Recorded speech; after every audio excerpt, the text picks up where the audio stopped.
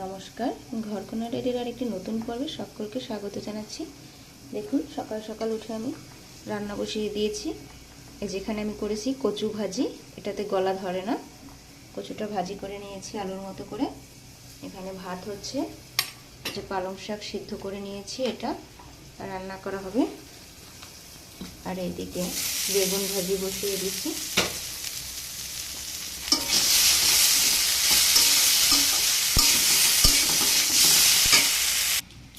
দেখুন, বেগুন ভাজিটা আমি তুলে নিয়েছি। আর এদিকে আলু হলুদ লবণ দিয়ে মাখিয়ে নিয়েছি। আর কড়াইয়ে তেল দিয়ে জিরেটা ফোড়ন দিয়ে নিয়েছি।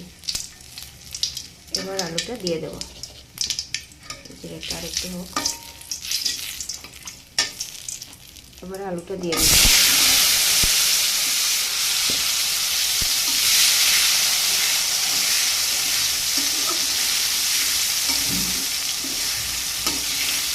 আলুটা একটু ভাজা ভাজা হয়ে গেলে তার মধ্যে আমি সিদ্ধ পালং শাকটা দিয়ে দেবো।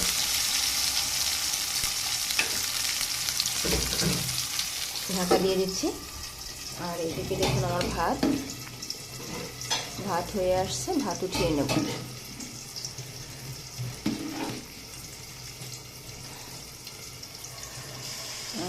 সিদ্ধ পালং শাক। দেখুন, আমার আলুটা কিন্তু বেশ লাল লাল করে ভাজা হয়ে গিয়েছে। এবারে আমি পালং শাকটা দিয়ে দেব।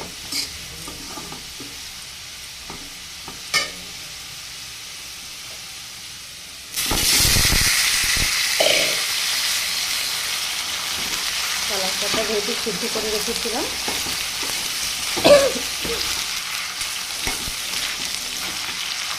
রান্না করতে খুব একটা বেশি সময় লাগবে না।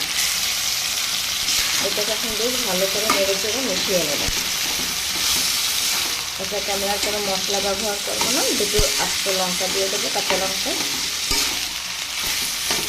এভাবেই রান্নাটা হবে।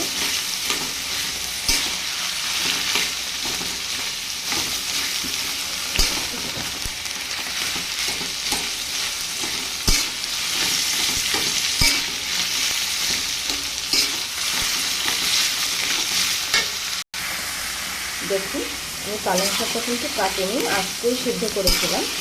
এখন তো আমি এই খুঁটি দিয়ে মারতে মারতে কিন্তু একদম মনেই হচ্ছে না যে এটা কাটিনি। একদম ভেঙে চুরে একসাথে হয়ে গেছে। এভাবে করে নাড়তে নাড়তে শাকটা রান্না করলে খুব ভালো লাগবে। আর এর উপরে আমি আরেকটু জল দেবো, একটু ঝোল ঝোল করবো।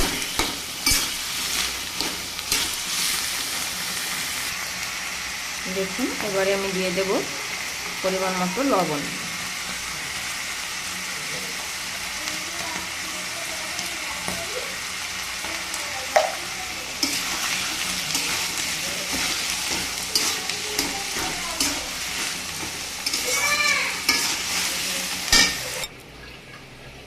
এই যে দেখুন, আমার ব্যালকনিতে টবে ধনিয়া পাতা বুনেছিলাম, সেটাই ছিঁড়ে এনেছি। এটা আবার পালং শাকে দিয়ে দেবো। দেখুন, এই যে ধনিয়া পাতাটা আমি ছিঁড়ে পালং শাকের মধ্যে দিয়ে নিয়েছি। এবার কিছুটা সময় নাড়াচাড়া করে নামিয়ে নেব। আর এই যে আমি আস্ত কাঁচা লঙ্কা দিয়েছিলাম।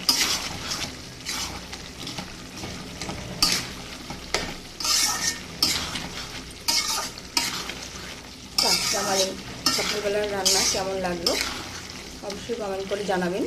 ভিডিওটি ভালো লাগলে চ্যানেলটি লাইক, সাবস্ক্রাইব, শেয়ার করে দেবেন। সকলের জন্য রইল শুভকামনা। আজকে এই পর্যন্ত।